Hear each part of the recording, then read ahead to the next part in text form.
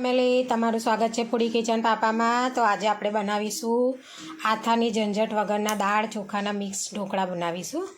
આ રીતે દાળ બધી મેં લઈ લીધી છે। જો 2 વાડકી ચોખા લીધા છે માપ પ્રમાણે।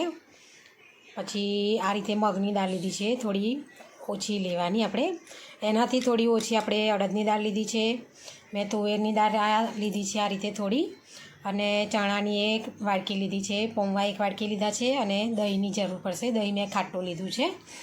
તો સૌથી પહેલાં આપણે બધા દાળ અને ચોખા મિક્સ કરી તેને 2-3 પાણીથી ધોઈ લઈશું આપણે। તો આ રીતે એક વાસણ લઈ લીધું છે, તેમાં આપણે બધું મિક્સ કરી લઈશું। તો જો આ રીતે મગની દાળ લીધી છે મેં, અડદની દાળ, થોડી તુવેરની દાળ લીધી છે, ચણાની 1 વાડકી દાળ લઈશું આપણે આ રીતે, અને જે આપણે ખીચડીમાં રેગ્યુલર જે ચોખા વાપરતા હોય તે લીધા છે મેં 2 વાડકી આ રીતે। હવે પૌવા 1 વાડકીની જરૂર પડશે આપણે, તો પૌવા લીધા છે। તો બધું આપણે 4-5 પાણીએ ધોઈ લઈશું પહેલાં તેને। તો આપણે 4થી 5 પાણીએ આ રીતે ધોઈ કાઢ્યું છે। હવે તેમાં આપણે કાટું જે દહીં લીધું છે તે નાખી દઈશું આ રીતે। તો જો આ રીતે આપણે 4 વાડકી માપથી પાણી લીધું હતું।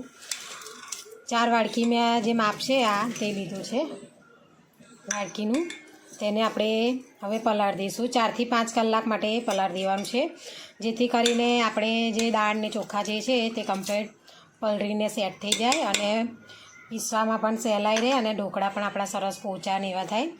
તેટલા માટે દહીં તમારે થોડું ખાટું ને એવું લેવાનું। હવે તેને આપણે ઢાંકી 4-5 કલાક માટે રેસ્ટ આપી દઈશું। આ રીતે સરસ આપણું પલળીને બેટર રેડી થઈ ગયું છે, જો આ રીતે કમ્પ્લીટ। હવે તેમાં આપણે મિક્સર જારમાં પીસી લેવાનું છે। તેને ધોવાની જરૂર નહીં પડે, કારણ કે આપણે ઓલરેડી પહેલાં ધોઈને જ પલાળેલું છે। હવે જો પાણી પણ તેમાં થોડું થોડું જ રહ્યું છે, વાડકીના માપ પ્રમાણે આપણે રેડી હતું તે। હવે તેને આ પાણી સાથે જ પીસી લઈશું આપણે મિક્સર જારમાં। મિક્સર જારમાં મેં લઈ લીધું છે થોડું। હવે તેમાં આપણે આટલા લસણ તમે જો ખાતા હોય તો જ તમે એડ કરી શકો, બાકી સ્કીપ કરી શકો છો। મેં લસણ લીધું છે આ રીતે, આદું અને મરચાં આ રીતે લીધા છે, તેને પણ અંદર એડ કરીશું હવે તેને આપણે મિક્સર જારમાં પીસી લેવાનું છે એકદમ કરું। આ રીતે આપણે બેટર બનીને રેડી થઈ ગયું છે, જો આ રીતે। તેમાં પાણીમાં બિલકુલ જરૂર નથી પડી, જે પાણી આપણે અંદર હતું એડ તેનાથી મેં પીસીને રેડી કર્યું છે। હવે તેમાં આપણે મસાલા કરીશું બધા। બેટર રેડી થઈ ગયું હતું। હવે તેમાં આપણે આ રીતે સ્વાદ પ્રમાણે થોડી મેં ખાંડ લીધી છે દરેલી, સ્વાદ પ્રમાણે મીઠું નાખીશું, થોડી હળદર નાખીશું, હિંગ લીધી છે આ રીતે, અને થોડું તેલ રેડીશું, અને એનું આપણે એક્ટિંગ કરવા માટે લીંબુને રાખ્યું છે મેં, અને ઉપરથી છાંટવા માટે લાલ મરચું રાખ્યું છે કશ્મીરી મેં। તમે તીખું પણ એડ કરી શકો છો, કારણ કે આપણે લીલા મરચાં ઓલરેડી અંદર નાખેલા છે, તેટલા માટે મેં થોડું લાલ મરચું લીધું છે મોરું। તો આપણે હવે ખીરામાં બધા મસાલા કરી દઈશું। આપણે તેમાં હળદર ખાંડ નાખી દઈશું થોડી, જે લીધી છે તે। મીઠું તમારા ટેસ્ટ પ્રમાણે લેવું, સ્વાદ પ્રમાણે મીઠું એડ કરીશું આપણે। હળદર થોડી નાખીશું, હિંગ નાખીશું, આપણે તેલ રેડીશું તેમાં। હવે પહેલાં આપણે બધું મિક્સ કરી લેવાનું છે આ રીતે। આપણે તેમાં થોડો ઈનો નાખીશું આ રીતે। ઈનો નાખ્યા પછી થોડું આપણે લીંબુનો રસ રેડીશું તેના ઉપર આ રીતે એક્ટિવ કરવા માટે। હવે તેને મિક્સ કરી લઈશું આપણે આ રીતે।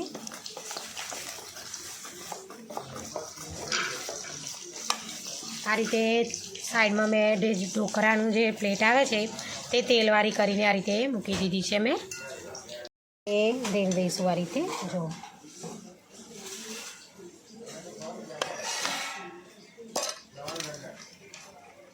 પણ કરવા માટે આ રીતે મૂકી દીધેલું, જો તેમાં હવે આપણે પ્લેટ મૂકી દઈશું। આપણે પ્લેટ મૂકી દીધી છે। હવે ઉપરથી આપણે થોડું કશ્મીરી લાલ મરચું આ રીતે સ્પ્રિંકલ કરી દેવાનું।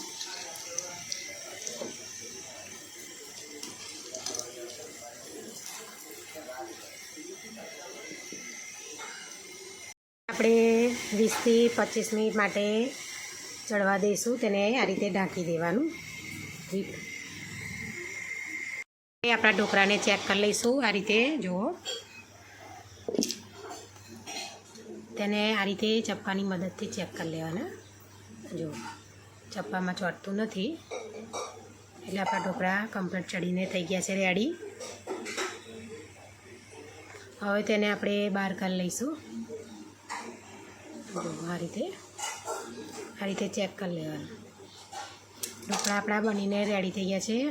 મેં તેને 20 મિનિટ થઈ તેટલા માટે મૂક્યા હતા. 20 મિનિટ માટે ચડી ગયા છે કમ્પ્લીટ. હવે તેને આપણે બહાર કાઢી થોડા ઠંડા થવા દઈશું. આપણા ઢોકળા ઠંડા થાય છે ત્યાં સુધી આ રીતે મેં વઘાર કરવા માટે આ રીતે કુકર મૂકી દીધું છે નાનું એક. તેમાં આપણે સિંગ તેલ રેડીશું. આ રીતે તેલ ગરમ થાય પછી આપણે તેમાં રાઈ, જીરું, વ્હાઈટ તલ ને બધું નાખીશું. વઘાર માટે આ રીતે જીરું લીધું છે, વ્હાઈટ તલ, રાઈ, લીલા મરચાં આ રીતે કટકી કર્યા છે, મીઠા લીમડાના પાન લીધા છે અને હિંગ લીધી છે મેં. તો આ રીતે આપણું તેલ થોડું ગરમ થઈ જાય એટલે તેમાં આપણે રાઈ નાખી દઈશું. આ રીતે રાઈ થોડી સતળી જાય પછી આપણે તેમાં જીરું નાખીશું, વ્હાઈટ તલ નાખીશું,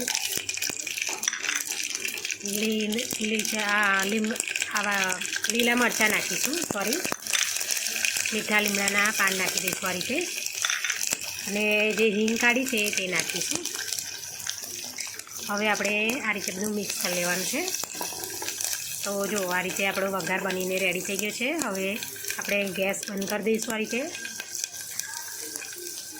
હવે આપણે જે ઢોકળા ઠંડા કરવા માટે મૂક્યા છે તેને આપણે કટ કરીશું. ઢોકળા એકદમ સરસ ચડીને રેડી થઈ ગયા છે આ રીતે જો. હવે તેને આપણે ચપ્પાની મદદથી કટ કરીશું આ રીતે.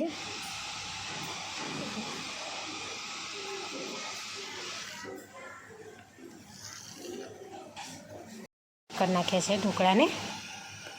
આ રીતે આપણે કાપા કર્યા પછી તેની ઉપર આપણે જે વઘાર કર્યો છે આ રીતે તે રેડી દઈશું. આ રીતે ચપચીની મદદથી આપણે ઉપર વઘારી દઈશું. જો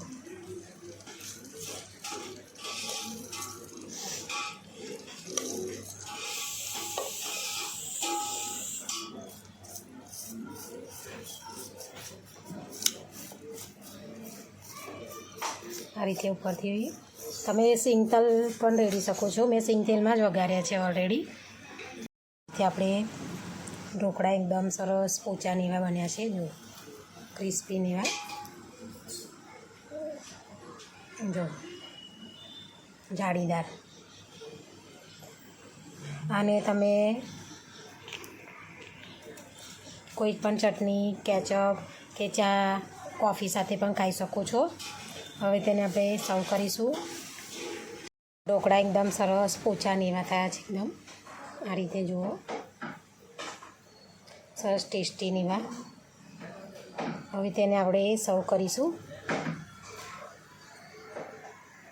આ રીતે આપણે ઢોકળા બનીને રેડી થઈ ગયા છે. ઉપરથી આ રીતે કેચઅપ અને દાણા મેં સર્વ કર્યા છે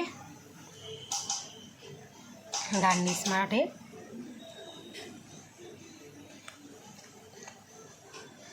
તો જો અમારી વિડીયો તમને પસંદ આવી હોય તો લાઇક, શેર, સબસ્ક્રાઈબ કરવાનું ભૂલતા નહીં. Thanks for watching. તમે પણ આવી રીતે આથાની ઝંઝટ વગર ઘરે પણ બનાવી શકો છો. તો જરૂરથી ટ્રાય કરજો આ રેસીપી. તો મળીએ આગળ નેક્સ્ટ વિડીયોમાં.